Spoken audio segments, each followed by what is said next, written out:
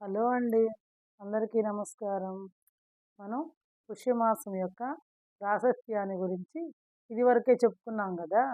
అసలు పుష్యమాసం అనంగానే మనకు గుర్తొచ్చేది ఏందండి? ప్రతి ఒక్కళ్ళకి గూడా జనవరి నెల, ఇంగ్లీష్ నెలల ప్రకారం అయితే జనవరి నెల, తెలుగు నెలల ప్రకారం అయితే పుష్యమాసం. ఈ 2 అనంగానే మనకు ఫస్ట్ గుర్తొచ్చేది ఏంది అంటే సంక్రాంతి పండుగ. ఈ సంక్రాంతి పండుగని మొత్తంగా మనం ఎన్ని రోజులు జరుపుకుంటామంటే 4 రోజులు జరుపుకుంటాం. మొదటి రోజున భోగి, రెండవ రోజున సంక్రాంతి, మూడవ రోజున కనుమ, నాలుగవ రోజున ముక్కనుమ అని చెప్పి విశేషంగా జరుపుకుంటారనమాట. అయితే దాంట్లో మొదటి రోజు అనేటువంటి భోగి పండుగను గురించి ఈరోజు మనం చెప్పుకుందాం. దానికి సంబంధించినటువంటి విశేషాల్ని తెలుసుకుందాం. ముందుగా మీకందరికీ గూడా భోగి పండుగ శుభాకాంక్షలండి. మనందరి జీవితాలు గూడా భోగభాగ్యాలతో ఎప్పుడూ గూడా కళకళలాడుతూ ఆయురారోగ్య ఐశ్వర్యాలతో వర్ధిల్లాలని మనస్ఫూర్తిగా కోరుకుంటున్నానండి నేను. మీకందరికీ మరొకసారి భోగి పండుగ శుభాకాంక్షలు. ఇప్పుడు ఈ భోగి పండుగ యొక్క ప్రాధాన్యతను గురించి మనం చెప్పుకుందాం. ఈ భోగి పండుగ అనేటువంటిది మనకింత ముందరే మనం చెప్పుకున్నాం. సంవత్సరానికి 2 ఆయనాలొస్తాయి. దక్షిణాయనం, ఉత్తరాయణం అని చెప్పి. ఉత్తరాయణం అంతా దేవతలకి పగలు కాలం, దక్షిణాయనం అంతా దేవతలకి రాత్రి కాలం అన్నమాట. ఈ దక్షిణాయనంలో చివరి రోజే భోగి పండుగ అనమాట. తెల్లవారితే అంటే సూర్యుడు ఎప్పుడైతే ధనస్సు రాశి నుంచి మకర రాశిలోకి ప్రవేశిస్తాడో ఉత్తరాయణం మొదలవుతుందనమాట. కాబట్టే మకర రాశిలోకి ప్రవేశించడాన్ని మకర సంక్రాంతి అంటాం. ఈ సంక్రాంతికి ముందు రోజు వచ్చేటువంటి పండుగనే భోగి అని పిలుస్తాం అనమాట. కాబట్టి దక్షిణాయనంలో చివరి రోజు ఏంది అంటే భోగి పండుగ. అసలు ఈ భోగి పండుగ అనగానే ఫస్ట్ ఏం తెలియని వాళ్ళకి కూడా ఏం గుర్తొస్తుందండి? భోగి మంటలు. తెల్లవారుజామున లేచి ప్రతి ఒక్కళ్ళు కూడా వాళ్ళ వారి యొక్క వాకిళ్ళల్లో భోగి మంటలు చాలా పెద్ద ఎత్తుగా పిల్లలు, పాపలు అందరూ కలిసిమెలిసి చాలా ఆనందంగా భోగి మంటలు వేసుకోవడం జరుగుతుందనమాట. ఎందుకంటే ఇది చాలా పెద్ద పండుగ. మీకు ఇంత ముందర చెప్పుకున్నాం. పుష్యమాసము అంటే పోషణ శక్తి కలిగినటువంటి మాసాన్ని పుష్యమాసం అంటారు. పోషణ శక్తి అంటే ఏంది? మన శరీరం జీవించడానికి పోషకాలు కావాలి. ఆ పోషకాలు ఎలా వస్తుంది? మనం తినే ఆహారం ద్వారా వస్తుంది. కాబట్టి ఈ వరి ధాన్యం అంతా కూడా చక్కగా పండి ఇంటికి ఈ సంక్రాంతి పండుగ నాటికి ఇంటికొస్తుందనమాట. కాబట్టి రైతులందరూ కూడా చాలా ఆనందోత్సాహాలతో కళకళలాడుతూ చాలా పెద్ద ఎత్తున అంటే ధాన్యలక్ష్మిని ఆస్వాదిస్తూ ఈ పండుగని చాలా పెద్ద ఎత్తున జరుపుకుంటారనమాట. కాబట్టి సంక్రాంతి లక్ష్మికి ధాన్యలక్ష్మికి స్వాగతం పలుకుతూ ఈ పండుగని చాలా విశేషంగా జరుపుకుంటారనమాట. కాబట్టి ఈ పండుగకి ముందు రోజు భోగి పండుగ. ఈ భోగి పండుగ రోజున ఏం చేస్తారంటే ఫస్ట్ తెల్లవారుజామునే లేచి చక్కగా పెద్దవాళ్ళు గనుకుంటే వాళ్ళ చేత తలంటుకొని మనం ఏ పండుగైనా అంటే అండి ఫస్ట్ పెద్దవాళ్ళ చేత తలకు నూనె అంటుకొని ఒంటికంతా నూనె రాసుకొని తర్వాత సునిపిండేసి రుద్దుకొని అభ్యంగన స్నానం చేయాలి. దాన్ని తలస్నానం చేయాలన్నమాట తర్వాత. అది శ్రేయస్సు, మనకు ఆరోగ్యం కూడా. ఎందుకంటే నువ్వుల నూనె మన శరీరానికి గట్టిదనాన్ని ఇస్తుంది. ఆరోగ్యపరంగా చూసినా కూడా ఈ చలికాలం ఒళ్ళంతా కూడా చూడండి విరవిరలాడినట్టు పగిలినట్టు అయిపోతుంది. కాబట్టి చక్కగా మనం ఆ నువ్వుల నూనె ఒంటికంతా కూడా బాగా పట్టించి నానిన తర్వాత గనక మనం చక్కగా అభ్యంగన స్నానం గనక చేసినట్లయితే మన శరీరం కూడా బాగుంటుందనమాట. ఇది ఒక ఆరోగ్య సూత్రం కూడా.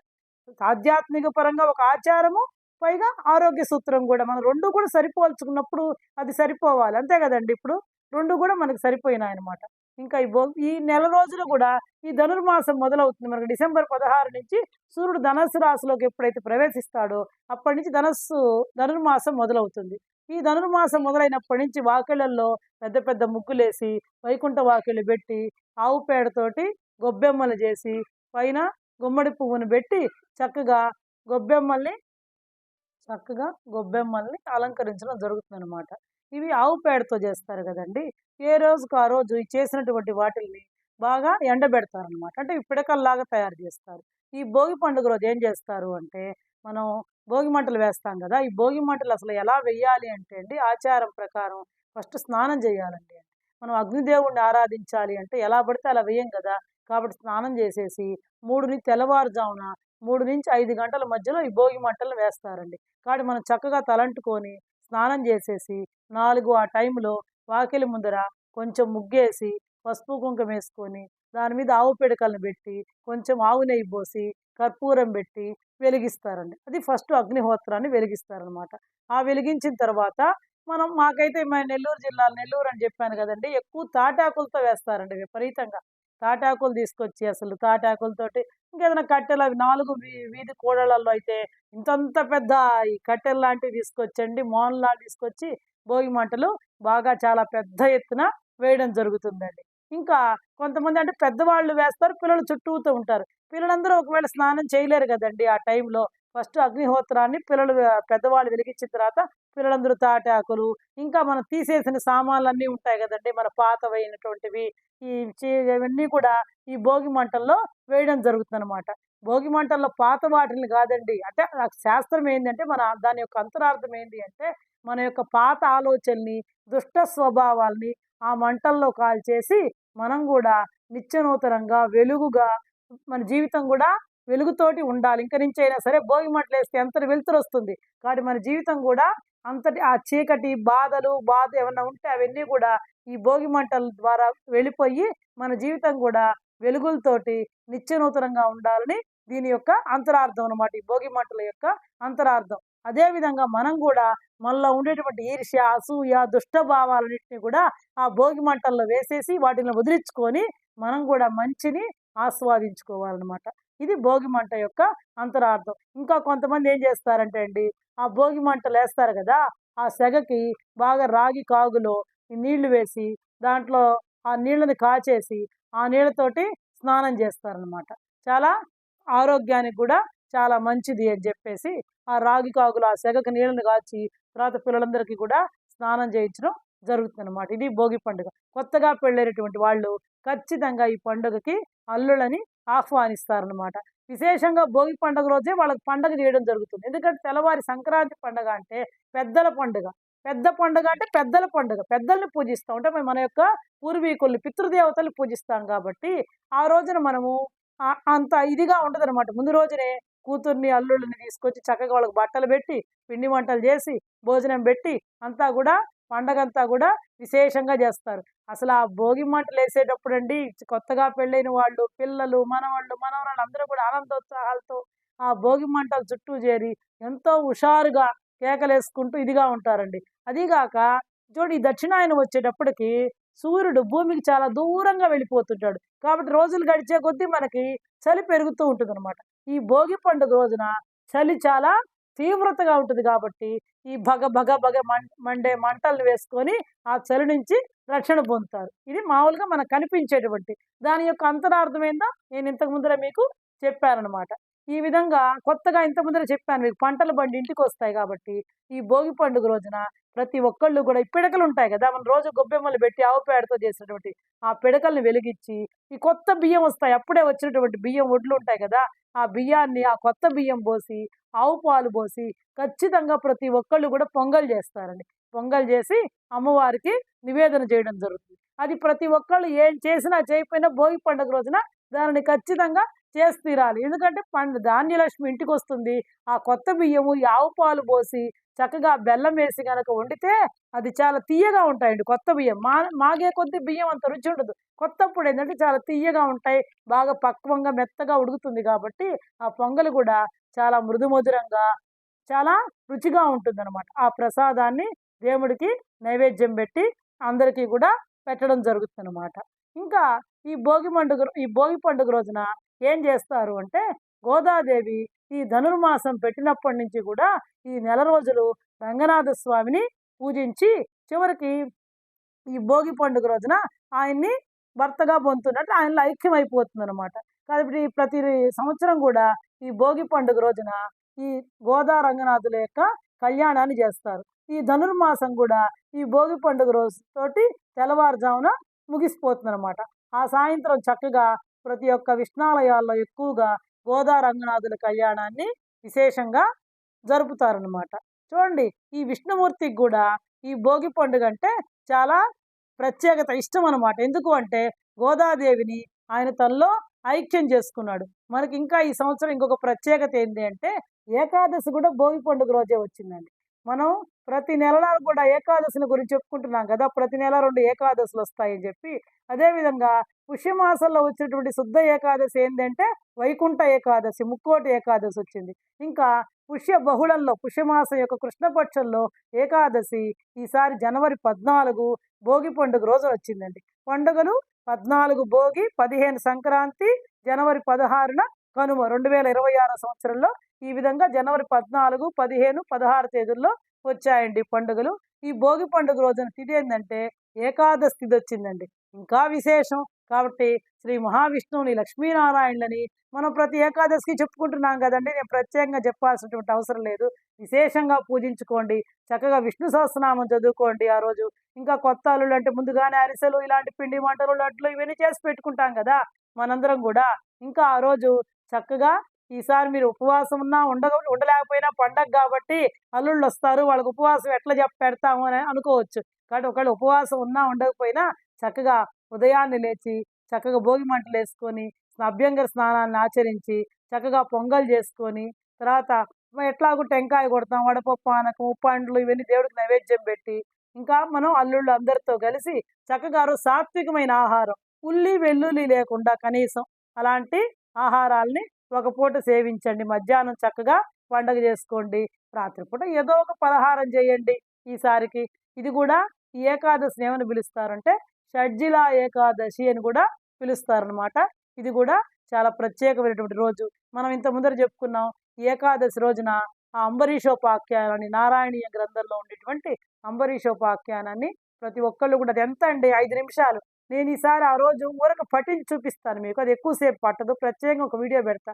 ఉత్త శ్లోకాల వరకే, మొన్నంతా వివరం చెప్పాను కదా, లేట్ అవుతుంది మీకు. అట్లా కాకుండా ఉత్త శ్లోకాల వరకు పఠిస్తాను. కరెక్ట్గా 5 నిమిషాల కంటే మించి పట్టదు. కాబట్టి వీలైనంత వరకు ప్రతి ఏకాదశికి ఆ అంబరీషోపాఖ్యానాన్ని ప్రతి ఒక్కళ్ళు కూడా పారాయణ చేయండి. ఇంకా సాయంత్రం అయిందనుకోండి, భోగి పండుగ రోజున మనం ఇంకా ఏం చేస్తాం, పిల్లలందరికీ కూడా రేగు పండ్లు, భోగి పళ్ళని పోస్తాం.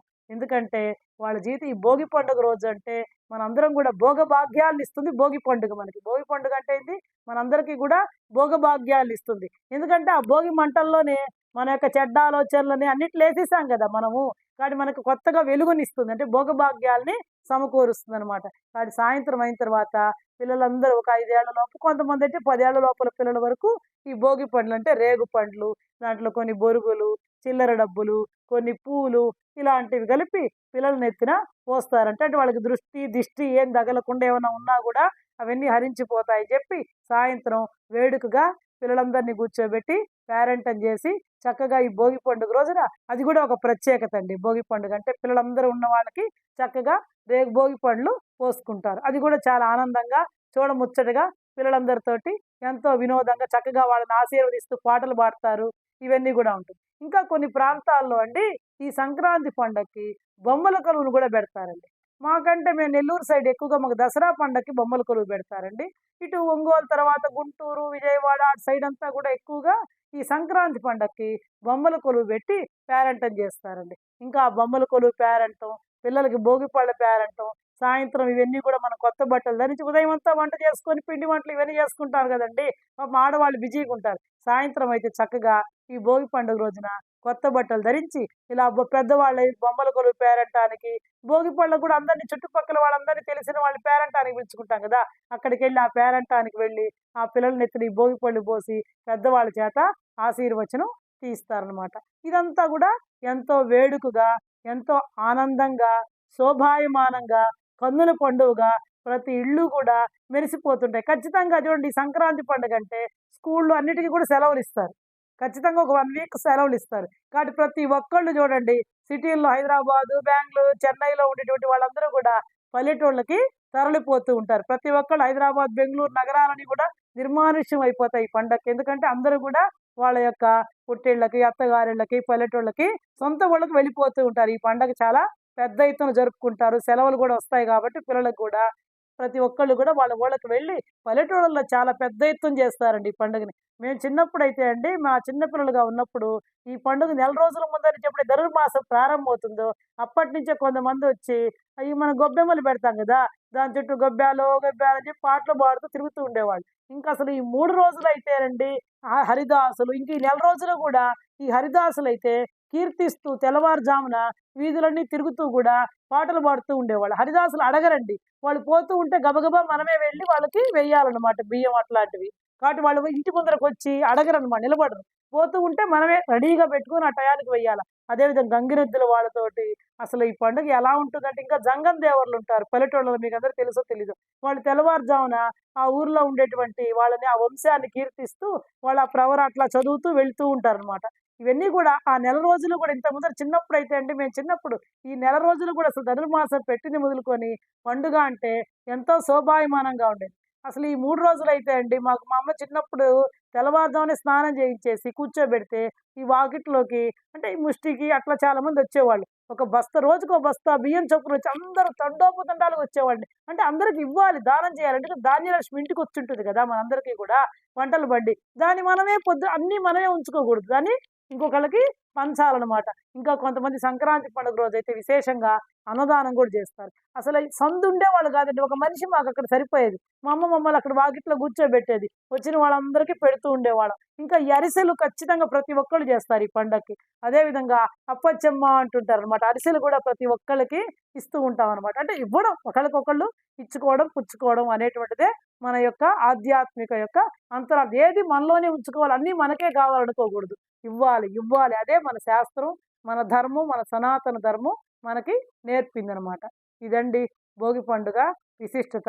చక్కగా గుడికెళ్ళి గోదా రంగనాథుడి కళ్యాణాన్ని కూడా ప్రతి ఒక్కళ్ళు కూడా వీక్షించండి. చూడండి, అటు ఆధ్యాత్మిక పరంగా, అటు ఆనందపరంగా, ఆనందంగా భోగి పళ్ళు, బొమ్మల కొలువులు, కొత్త అల్లుళ్ళతోటి అందరూ చక్కగా పిండి వంటలతోటి అన్నిటి శాస్త్రీయ పరంగా, ఆరోగ్యపరంగా, ఆధ్యాత్మిక పరంగా కూడా ఈ భోగి పండుగ ఎంతో శోభాయమానం. కాబట్టి ప్రతి ఒక్కళ్ళు కూడా వాటన్నిటిని కూడా ఆస్వాదించి ఈ భోగి పండుగని ఆనందోత్సాహాలతో జరుపుకోవాలని కోరుకుంటూ సెలవు తీసుకుంటున్నానండి.